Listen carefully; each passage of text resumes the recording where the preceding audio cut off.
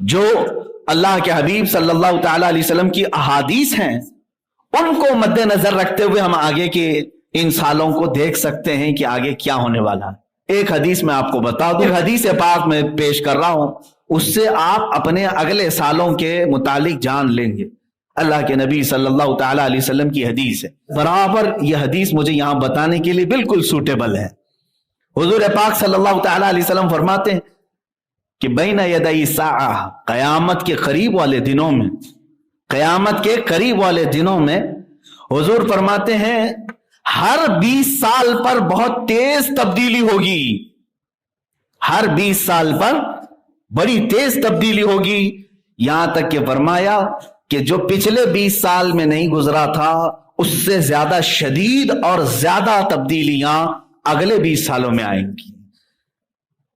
یہ حدیث پاک میں نے پڑھا اور آپ اسی سے اپنے آگے کے مستقبل کو سمجھ سکتے ہیں کہ 2001 سے لے کر 2020 تک یہ جو 20 سال ہمارے گزرے ان کو مد نظر رکھتے ہوئے اگلے کے دن یاد کیے جا سکتے ہیں جب میرے آقا صلی اللہ علیہ وسلم نے فرمایا قیامت کے قریب ہر 20 سال شدید سے شدید ترین آئیں گے، تو اس کا مطلب ہے کہ جو شدت اب تک گزر چکی اس سے کئی گنا زیادہ شدت اگلے سالوں میں آئے گی۔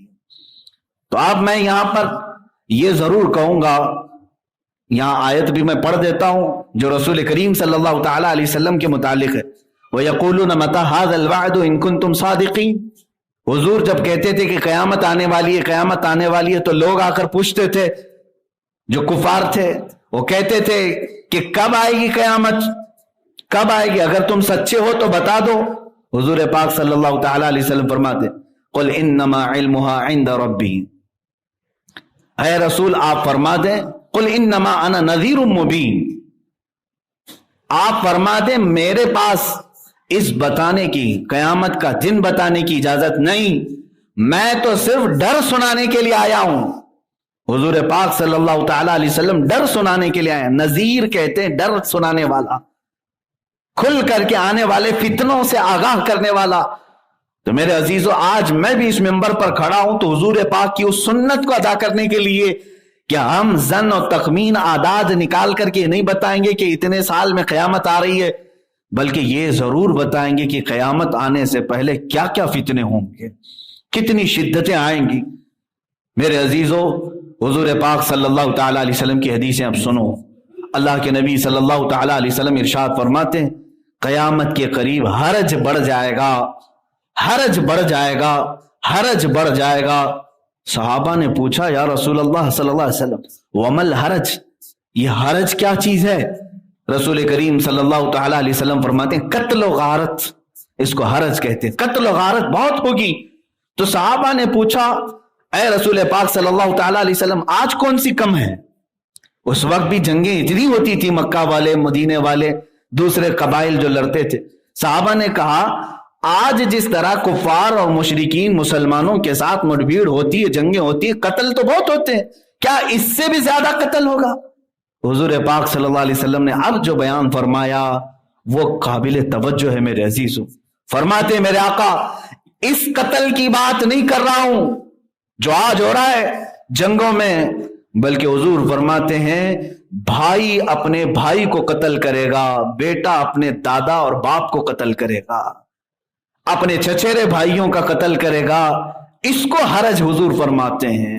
یہ قتل کثرت سے بڑھ جائے گا، آپسی قتل، یہاں تک کہ حضور اکرم صلی اللہ تعالی علیہ وسلم فرماتے ہیں ایک زمانہ وہ تم دیکھو گے کہ لوگ بھوکے برتن پر جس طرح جھپٹتے ہیں وہ اپنے ہی بھائیوں کی گردن کی پیاس بجھانے کے لیے ان کے اوپر تلواریں سونت لیں گے، ایک دوسرے کے قتل پر آمادہ ہو جائیں گے۔ اس کو میرے آقا صلی اللہ علیہ وسلم نے فرمایا یہ حرج ہے اور یہ بڑھ جائے گا قیامت کے قریب، بہت تیزی سے بڑھے گا۔ اور ایک ملحمت الکبریٰ کے متعلق حدیث ملتی ہے کہ تم دیکھو گے میری امت میں قتل اتنا بڑھ جائے گا کہ اگر 100 لوگ ہوں گے 99 قتل ہو جائیں گے، ایک بچے گا۔ اتنی تیزی سے یہ قتل و غارت کا سلسلہ شروع ہو جائے گا۔ عزیزان گرامی وقار، کہیں وہ ان آنے والے سالوں کے متعلق ہی تو نہیں بتایا گیا تھا؟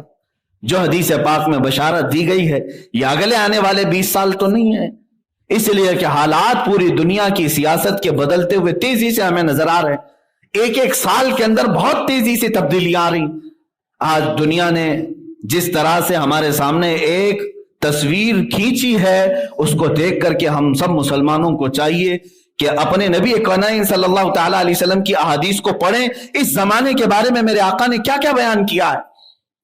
اور ایک حدیث میں پڑھا، آج ہی کی بات میں بتا رہا ہوں، میرے مطالعے میں حدیث پہلے نہیں تھی، میں نے آج پڑھا، ہو بہو اسی زمانے کے لیے ہے۔ رسول پاک صلی اللہ تعالی علیہ وسلم فرماتے ہیں تمہارے زمانے میں ایک بلا آئے گی قیامت کے قریب، اور اس بلا میں جو بھی گرفتار ہوگا دوسرے لوگ اسے تانا دیں گے اور اس کا گھر چھوڑ کر بھاگیں گے۔ یعیر الرجل، حدیث پاک میں آر دلایا جائے گا آدمی کو، یہاں تک کہ حدیث میں الفاظ یہ ہیں کہ باپ اپنے بیٹے کو چھوڑ کر نکلے گا، بھائی اپنے بھائی کو چھوڑ کر نکل جائے گا۔ کیا یہ کورونا میں نہیں ہوا؟ کیا اس بلا کے وقت میں یہ نہیں ہوا؟ آر دلانا، جیسے آج بھی اگر چھینکو تو لوگ بھاگ جائیں، کھانسو تو لوگ ڈسٹینس پیدا کر لیں، اور اتنا ہی نہیں، چھینک اور کھانسی تو دور کی بات، اب تو یہاں ایسا زہر گھول دیا گیا ہے کہ داڑھی اور ٹوپی دیکھ کر کے بھی لوگ ڈسٹینس کر رہے ہیں۔ یہ تو زہریلا ماحول بنایا جا رہا ہے۔ عزیزان گرامی، میرے آقا صلی اللہ تعالی علیہ وسلم کی حدیث بالکل صادق نظر آتی ہے آج کے زمانے میں۔ حضور اکرم صلی اللہ علیہ وسلم فرماتے ہیں ایک بلا تمہارے زمانے میں ایسی آئے گی کہ اس میں جو مبتلا ہوگا اس بلا میں اسے آر دلایا جائے گا۔ آر دلانا مطلب سمجھتے ہیں؟ تانا مارنا، حتیٰ کہ اس کے رشتہ دار اسے تنہا چھوڑ کر کے دور ہو جائیں گے۔ اللہ اکبر! یہ احادیث جب کھلتی ہیں تو سمجھ میں آتا ہے کہ کیسا میرا رسول غیب داں نبی تھا۔ میرے آقا صلی اللہ تعالی علیہ وسلم مدینہ طیبہ سے 14 صدیاں پہلے ان تمام رونما ہونے والے واقعات کو من و عن بتا رہے ہیں۔ یقیناً میرے عزیزو، وہ رسول پاک صلی اللہ تعالی علیہ وسلم نے جو کچھ بھی بیان کیا وہ اللہ کی عطا کیے ہوئے علم سے بیان کیا ہے۔ اسی لیے آج میں دعوت دیتا ہوں نوجوانوں کو کہ آج تمہارے مطالعے کا وقت ہے، سرچ کرنے کا وقت ہے۔ اسلام تمہارے لیے بہت آسان ہو چکا ہے، تم اپنے موبائل سے سرچ کرو احادیث آخر الزمان کیا ہیں، کم سے کم اتنا تو پڑھ لو کہ قیامت کے قریب ہونے والے واقعات کے بارے میں میرے آقا نے کیا کیا بیان کیا، صرف اس لیے کہ دنیا کی واحد قوم آپ ہیں جن کو آنے والے حالات کے بارے میں سچے رسول نے پورا بیان کر دیا۔ دوسری کوئی قوم نہیں، میں چیلنج کے ساتھ کہتا ہوں، دوسری قوموں کے پاس جوتش ہوں گے جو اٹکل پچھو مارتے ہیں، بہت سارے ہوں گے جو پریڈیکیشن کے نام پر کتابیں ہو رہی ہوں گی، ان میں سے آدھا جھوٹ آدھا سچ، کہیں تیر لگ گیا تو لگ گیا۔ یہ تمام چیزیں تو دنیا میں دوسروں کے پاس ہیں، لیکن واحد قوم آپ ایسے ہیں جن کے پاس مخبر صادق رسول پاک موجود ہے۔ حضور پاک کے دربار کا لطف جس نے اٹھا لیا ہے پھر وہ کسی اور دربار کی طرف منہ بھی نہیں کرتا۔ حضور اکرم صلی اللہ تعالی علیہ وسلم کی بارگاہ کی لذت جسے حاصل ہے وہ آج کے ہیپی نیو ایئر کے جلسوں میں یا وہاں کے تماشوں میں شرکت کرے گا؟ ہرگز نہیں ہو سکتا، ہرگز نہیں۔ وہ آنکھ ان تماشاؤں کو نہیں دیکھ سکتی جو جلوہ رسول دیکھنے کے لیے بےتاب۔ آج کی رات میرے عزیزو یہ لکھا جائے گا، تمہارے نامہ اعمال میں تو یہ لکھا ہی جا رہا ہے، دنیا کے جو حالات ابھی چل رہے ہیں وہ بھی لکھا جا رہا ہوگا کہ لوگ سال کا آخر حصہ کس طرح سے گزارتے ہیں، نئے سال کی ابتدا اور اس کا استقبال کس طرح کرتے ہیں۔ دنیا والے عیش میں دھت ہو کر، نشے میں دھت ہو کر کے کرتے ہیں، مگر مسلمان نبی پاک کے قدموں میں ہی کامیابی سمجھتا ہے۔ آؤ حضور رحمت عالم صلی اللہ تعالی علیہ وسلم کے اس دربار کی لذت میں دینا چاہتا ہوں۔ اسی لیے اس بات پر میں بار بار توجہ دے رہا ہوں، پھر کے گلی گلی تباہ، ٹھوکریں سب کی کھائی کیوں؟ کب تک ٹھوکریں کھاؤ گے اے نوجوانوں؟ کب تک اس کی گلی میں اس کی گلی میں کہاں کہاں مانگو گے، کہاں کہاں کس سے بات کرو گے؟ ایک گلی کی طرف آ جاؤ جو ہر گلی سے آزاد کرتی ہے۔ دوسروں کے منگتا بننے سے بہتر ہے آمینہ کے لال کے منگتا بن جائے۔ اس نبی پاک کی غلامی جو ہزار آزادیوں سے افضل ہے،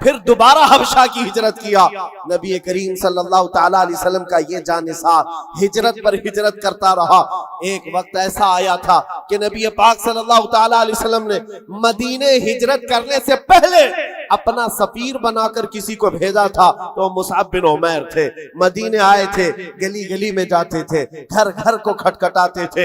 ایک سال کے اندر 73 صحابہ کو مدینے کے وہ حضور کے پاک کی بارگاہ میں لا کر غلام بنا دیا تھا. نبی پاک صلی اللہ تعالیٰ علیہ وسلم کے دربار کے ایسے غلام بنائے, عام لوگ نہیں ہیں. سعد بن عبادہ, سعد بن معاذ, یہ انصار قبیلوں کے سرداروں کو اسلام پہنچانے والا وہ کڑیل جوان. میں بات کس لیے کر رہا ہوں, سنو ذرا, زندگی تھوڑی سی مجھے بتانی ضروری ہے. وہ مصعب بن عمیر جو ریشم کا لباس پہنتا, جو مہنگے عود اور عطر استعمال کرتا, دامن مصطفیٰ میں آیا ہے, ہجرت پر ہجرت ہے, وطن چھوٹا ہے, کبھی حبشہ کے چکر, کبھی افریقہ کے چکر, اور اس کے بعد کبھی یثرب, یہاں پر آپ آ کر آباد ہوتے رہے. جب رسول پاک صلی اللہ تعالیٰ علیہ وسلم مدینے تشریف لائے تھے, اللہ اکبر, استقبال کرنے والوں میں سب سے آگے بڑھ کر مدینے والوں کو جو بتایا تھا کون تھا جانتے ہو آپ؟ حضور جب تشریف لا رہے تھے, مدینے آ رہے تھے, حضرت ابوبکر صدیق اپنا کرتا اٹھا کر کے لوگوں کے یعنی ہلا ہلا کر جھنڈا بنا کر بتا رہے تھے حضور پاک صلی اللہ تعالیٰ علیہ وسلم یہ میرے آقا ہیں. مصعب بن عمیر نے مدینے والوں کو دور سے دیکھ کر کے بتایا تھا کہ جو کپڑا ہلا رہا ہے وہ رسول اللہ کا غلام خاص ہے, اور جو چمکدار چہرہ مدینے میں طلوع ہو رہا ہے وہ محمد رسول اللہ کا ہے. مصعب بن عمیر یہ مدینہ طیبہ میں سفیر اسلام ہے, سفیر رسول ہے. تھوڑے دنوں کی بات ہے میرے عزیزوں, جیسے ہی حضور تشریف لائے, جانتے حضور کے پاس جس وقت وہ آئے تھے مدینے میں, میرے آقا صلی اللہ علیہ وسلم کی آنکھوں میں آنسو آ گئے مصعب بن عمیر کو دیکھ کر. کس وجہ سے؟ صحابہ کہتے ہیں مصعب بن عمیر کے پورے جسم میں پہننے کے لیے کوئی کپڑا نہیں تھا, ایک بکری کی کھال کو لپیٹ کر کے اس پر کانٹے لگا لیے تھے. بکری کی کھال, اور جگہ جگہ سے وہ بھی پھٹی ہوئی ہے, وہ پہن کر کے حضور کے بارگاہ میں آئے. میرے آقا صلی اللہ علیہ وسلم انہیں دیکھ کر رو پڑے. لوگوں سے کہا جانتے ہو یہ میرا مصعب, یہ مکہ کی گلیوں میں جب چلتا تھا اس کے عطر کی خوشبو پوری گلیوں میں ہوتی, سب سے مہنگا لباس پہنتا, ریشم کا لباس پہننے والا مصعب بن عمیر آج بکری کی ایک کھال میں اپنا جسم چھپا رہا ہے. عزیزان گرامی وقار, ساری عیش کی زندگی ترک کیا تھا صرف اسی گلی کے لیے. پھر کے گلی گلی تباہ, ٹھوکریں سب کی کھائی کیوں, دل کو جو عقل دے خدا تیری گلی سے جائے کیوں. نبی رحمت صلی اللہ تعالیٰ علیہ وسلم نے اپنی چادر اٹھا کر ان کو عطا کی تھی, اور اس چادر کو لے کر زندگی بھر گزارتے رہے. جب جنگ احد کا موقع آیا, بدر میں شریک رہے, احد میں آئے. سنو اس مصعب بن عمیر کی زندگی بتا رہا ہوں. نوجوانوں تمہیں ایسا لگتا ہے زندگی کی عیش یہی اصل ہے؟ تم آج اگر ایک وقت کا کھانا نہیں ملتا تو چھڑ جاتے ہو, تمہاری پسند کے کپڑے نہیں ملتے, گھر چھوڑ کر بھاگ جاتے ہیں. کچھ لڑکیاں تو آج یہ کہتی ہے میرا باپ مجھے کیا دلاتا ہے, یہ آج 6 مہینے کا جو اس کا فرینڈ بنا ہے یہ اس کو اچھے خاصے کپڑے دلا رہا ہے. یہ سب تو آج معیار بنا ہوا ہے جینے کا. اس مصعب بن عمیر کی زندگی صرف اس لیے بتا رہا ہوں, عیش و عشرت کو ترک کیا تھا اس رسول پاک صلی اللہ تعالیٰ علیہ وسلم کی غلامی میں. جانتے ہو احد کے میدان میں ایک وقت ایسا آیا کہ شیطان نے افواہ گرم کر دی تھی کہ محمد رسول اللہ کا انتقال ہو گیا صلی اللہ علیہ وسلم. معاذ اللہ, جیسی یہ خبر پھیلی صحابہ کرام کی 2 جماعتیں ہو گئی. 2 جماعتیں کیسے؟ بعض صحابہ نے کہا آپ تلوار اٹھا کر کے کیا کریں گے, چلو مدینے واپس چلتے ہیں. حضور پاک صلی اللہ تعالیٰ علیہ وسلم کا اگر انتقال ہو گیا, وصال ہو گیا ہے تو کیا کریں گے. کچھ تو تلوار اٹھانے کو یہ کہہ کر چھوڑ دی, اور لیکن دوسری جماعت یہ تھی جو یہ کہہ رہے تھے کہ ٹھیک کہا تم نے, رسول پاک صلی اللہ علیہ وسلم کے پاس ان کے بعد تلوار اٹھا کر کرنا کیا ہے. لیکن مصعب بن عمیر کا ایک جملہ تھا جو احد کے میدان میں گونج رہا تھا, اے لوگوں یہ کیوں نہیں سوچتے رسول اللہ کے بعد جینے کا کیا مطلب ہے. اگر رسول اللہ نہیں ہے تو پھر جی کر کے مطلب کیا، اٹھاؤ تلوار۔ تو یہ چند لوگوں کی جو جماعت کی سپہ سالاری کر رہے تھے اس وقت میدان میں، مصعب بن عمیر جھنڈا ہاتھ میں پکڑا تھا۔ قمیہ نام کا ایک دشمن ان کے بونڈے سے تلوار مونڈے کو کاٹ دیا، کندھے سے ہاتھ کاٹ دیا۔ جھنڈا رسول اللہ کا جس کے ہاتھ میں ہے وہ ہاتھ کا کٹ جانا گویا کہ جھنڈا نیچے آ جائے۔ مصعب بن عمیر کا ایک ہاتھ کٹا، جھنڈا بائیں ہاتھ میں اٹھا کر کھڑے ہوئے، رسول اللہ کا جھنڈا گرنے نہیں دے رہے تھے۔ اور جب بائیں ہاتھ میں ان کا جھنڈا آیا تو وہی ظالم نے بائیں ہاتھ کو کہنی سمیت کاٹ دیا۔ جھنڈا یا تو اس ہاتھ میں ہو سکتا ہے یا اس ہاتھ میں۔ تاریخ اسلام کی سچے اور آگ کی وہاں گردانی کرو، سرگردانی کرو تو پتہ چلے مصعب بن عمیر نے کٹے ہوئے بازوؤں سے اس پرچم کو پکڑا تھا، سینے میں دبا کر، اپنی ٹھوڑی کے نیچے دبا کر حضور کے پرچم کو نیچے نہیں آنے دینا چاہتا۔ جس کے ادھر کا بازو کٹ گیا ہو، ادھر کا ہاتھ کٹ گیا ہو، کٹے ہوئے ہاتھوں سے۔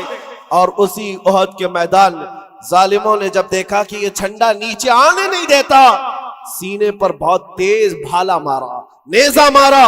اس وقت آپ نے پکار کر کہا احد کے میدان میں، یہ نہیں کہ لوگوں میرا ہاتھ کٹ گیا، لوگوں میرا بازو کٹ گیا، لوگوں میرے سینے پر دشمنوں نے نیزہ مارا، نہیں، احد کے میدان میں مصعب بن عمیر پکار رہے تھے، میرا کوئی ساتھی قریب ہے تو آ جائے، مجھے نہ سنبھالے رسول اللہ کا جھنڈا سنبھال لے، میں اسے آخری سانس تک نیچے آنے نہیں دینا چاہتا۔ حضور پاک صلی اللہ تعالی علیہ وسلم کے پرچم کو نیچے آنے نہیں دینا چاہتے۔ ان کے بھائی تھے، انہوں نے اٹھا لیا۔ حضرت مصعب بن عمیر احد کے میدان میں شہید ہو گئے۔ جانتے ہو رسول پاک صلی اللہ علیہ وسلم ساری لاشوں کو جب جمع کر رہے تھے، مصعب بن عمیر کے پاس آئے اور پھر کہا، اے مصعب بن عمیر، وہ سفیر اسلام ہے، رسول اللہ کا ترجمان ہے، من المؤمنین رجال صدقوا ما عاہدوا اللہ علیہ، مومنین میں سے کچھ لوگ وہ ہیں جنہوں نے اللہ سے کیا ہوا وعدہ پورا کر دیا ہے۔ اور اس کے بعد ان کے دفن کا طریقہ بھی ہے، اللہ اکبر، رسول پاک صلی اللہ علیہ وسلم نے فرمایا ان کو دفن کرو، ان کو دفن کرو۔ جب ان کو دفن کرنے کی بات آئی تو آپ کا جسم چھپانے کے لیے صحابہ کوشش کرتے رہے۔ جب ان کا سر چھپایا جاتا تو نیچے سے کھل جاتا، اور جب نیچے کا حصہ چھپاتے تو سر کا حصہ کھل جاتا۔ کپڑا اتنا نہیں تھا آپ کے پاس، کپڑا اتنا نہیں تھا۔ نبی پاک صلی اللہ تعالی علیہ وسلم کے پاس صحابہ نے کہا اتنا ہی کپڑا مصعب کے پاس رہ گیا۔ حضور پاک صلی اللہ علیہ وسلم نے فرمایا مصعب کے پاس ایک چھوٹا ٹکڑا ہے، وہ دنیا سے ایک چھوٹا ٹکڑا لیے جا رہا ہے اور ساتھ میں رسول اللہ کو لیے جا رہا ہے، محمد الرسول اللہ کو ساتھ لیے جا رہا ہے۔ اس گھر گھاس ان کے قدموں پر رکھ کر دفن کیا گیا۔ پھر میں کہتا ہوں میرے عزیزوں، وہ کون سے جوان تھے جنہوں نے اپنی زندگی کو نچھاور کر دیا تھا ان قدموں میں، عیش و عشرت کو ترک کر دیا تھا، ان کے مہنگے لباس، ان کی مہنگی خوشبوئیں، ساری چیزیں دربار رسالت میں وقف ہو گئی تھی صرف نبی پاک صلی اللہ علیہ وسلم کی رضا کے لیے۔ آج آپ سے ہم یہ نہیں کہتے کہ حلال چیزیں چھوڑ دو، پہننا چھوڑ دو، اوڑھنا چھوڑ دو، نہیں، کم از کم حضور پاک کے اگر غلام ہو تو حرام چیزوں کو تو چھوڑ سکتے ہو۔ لباس اچھا پہنو، خوشبو استعمال کرو، اس کی ممانعت نہیں ہے، لیکن اے نوجوانوں، اگر حضور کی غلامی کا دعویٰ کرتے ہو تو ہم چاہتے ہیں تمہارے کان پھر یہ گندے نغمے کیوں سنتے ہیں؟ یہ گالیاں تمہاری زبانوں سے نکلتی کیسے ہیں؟ یہ تم آوارہ گردی میں اپنی آنکھیں بہکاتے کیسے ہو؟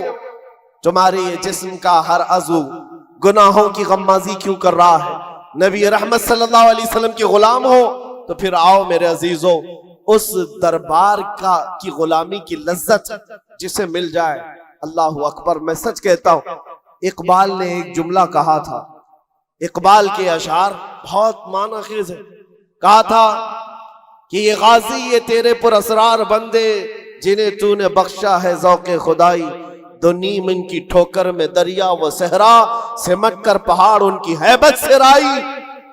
اور پھر اقبال جو کہتا ہے، دو عالم سے کرتی ہے بیگانہ دل کو، عجب چیز ہے لذت آشنائی۔ دو عالم سے کرتی ہے بیگانہ دل کو، عجب چیز ہے لذت آشنائی۔ جس کو حضور پاک کی آشنائی کی لذت ملی ہے،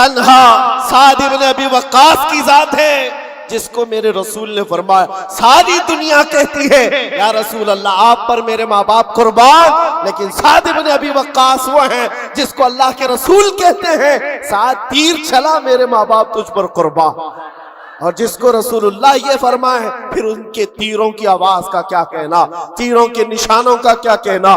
جب سنگ سنگ چلتے تھے دشمن کے خیمے میں کھلبلی مچ گئی، تھوڑی ہی دیر گزری تھی، ان کے سامنے آیا ہوا دشمن ایسا گرا کہ اس کے جسم پر سعد ابن ابی وقاص کے لگائے ہوئے نشان موجود تھے۔ پھر آئے اپنے خدا سے کیے ہوئے دعا کے مطابق دائیں سے بھی مارا، بائیں سے بھی مارا، آگے سے پیچھے سے، پھر سینے میں جھنڈا گاڑ کر کہا رہے گا یوں ہی ان کا چرچا رہے گا، رہے گا یوں ہی ان کا چرچا رہے گا، پڑے خاک ہو جائیں جل جانے والے، مٹ گئے مٹتے ہیں مٹ جائیں گے آدھا تیرے، نہ مٹا ہے نہ مٹے گا کبھی تو گھٹائے سے کسی کے، یا رسول اللہ نہ گھٹا ہے نہ گھٹے گا جب بڑھائے تجھے اللہ تعالیٰ تیرا۔ سعد ابن ابی وقاص کی دعا تو قبول ہو گئی اور آپ نے رحمان کا شکر ادا کیا۔ جنگ کا میدان ہے اور گہما گہمی ہے، گھمسان کی جنگ ہوتی ہے، کون کہاں ہے کس کو خبر ہے، لیکن جگری دوست تھے عبداللہ بن جہش کی یاری ان کے ساتھ بڑی مشہور ہے۔ جیسے ہی شام ہو رہی تھی ڈھونڈنے لگے میرا جگری یار دکھتا نہیں، عبداللہ بن جہش کہاں ہے؟ میرے عزیزوں صحابہ نے بتایا سعد بن ابی وقاص کو کہ افسوس ہے تمہارے عبداللہ بن جہش کی شہادت ہو گئی۔ پوچھا کیسے؟ کہا وہ جب لوگوں میں مشہور ہو گئی تھی افواہ کہ رسول اللہ کا قتل ہو گیا، عبداللہ بن جہش نے ادھر ادھر کچھ نہیں دیکھا، دشمنوں کے نرغے میں دوڑتے ہوئے چلے گئے اور ایسے اندھادھند ان سے لڑتے رہے، نہ وہ پیچھے کی طرف دیکھتے نہ کدھر، نہ ادھر نہ ادھر۔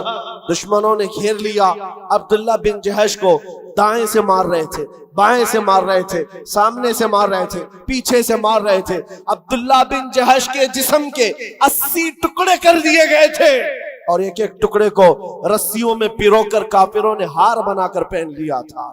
یہ عبداللہ بن جہش کے ساتھ ہوا۔ سعد ابن ابی وقاص نے خبر سنی، آپ دیدہ ہو گئے، کہا اے لوگوں رب ذوالجلال کی اس محبت پر قربان، اس نے کل میری بھی سن لی، میرے دوست کی بھی سن لی، اس کی بھی دعا قبول، میری بھی دعا قبول۔ سنو جو کہنا ہے میرے عزیزوں، اس واقعے سے مجھے کہنا کیا تھا۔ سعد ابن ابی وقاص اپنے جگری دوست کی لاش کو دیکھنے آئے، لاش کہاں ہے؟ ٹکڑوں میں بدل گئی، جسم کے ٹکڑے میدان میں بکھرے ہوئے ہیں۔ قریب آئے، ان ٹکڑوں کو اٹھایا، اپنے جگری دوست کے جس کے ساتھ اٹھنا بیٹھنا ہے، بہت قریبی یاری ہے، ٹکڑوں کو اٹھایا، ہاتھ میں رکھا، دیکھا ٹکڑے ابھی گرم ہے، گوشت گرم ہے، ہل رہا ہے۔